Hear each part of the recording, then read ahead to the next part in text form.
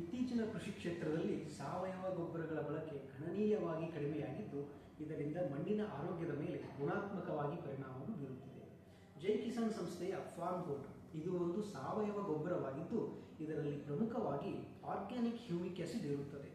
ಇದನ್ನು ಮಣ್ಣಿಗೆ ಉಪಯೋಗಿಸುವುದರಿಂದ ಹೆಚ್ಚಿದ ಮಣ್ಣಿನ ಫಲವತ್ತತೆ, ಬೇರುಗಳ ಬೆಳವಣಿಗೆ ಮತ್ತು ಬಿಳಿ ಬೇರುಗಳ ಸಂಖ್ಯೆ ಜೊತೆಗೆ ಪೋಷಕಾಂಶಗಳ ದಕ್ಷತೆಯನ್ನು ಹೆಚ್ಚಿಸಿ ಬೆಳೆಗಳು ಸದೃಢವಾಗಿ ಬೆಳೆಯುವಂತೆ ಮಾಡುತ್ತದೆ.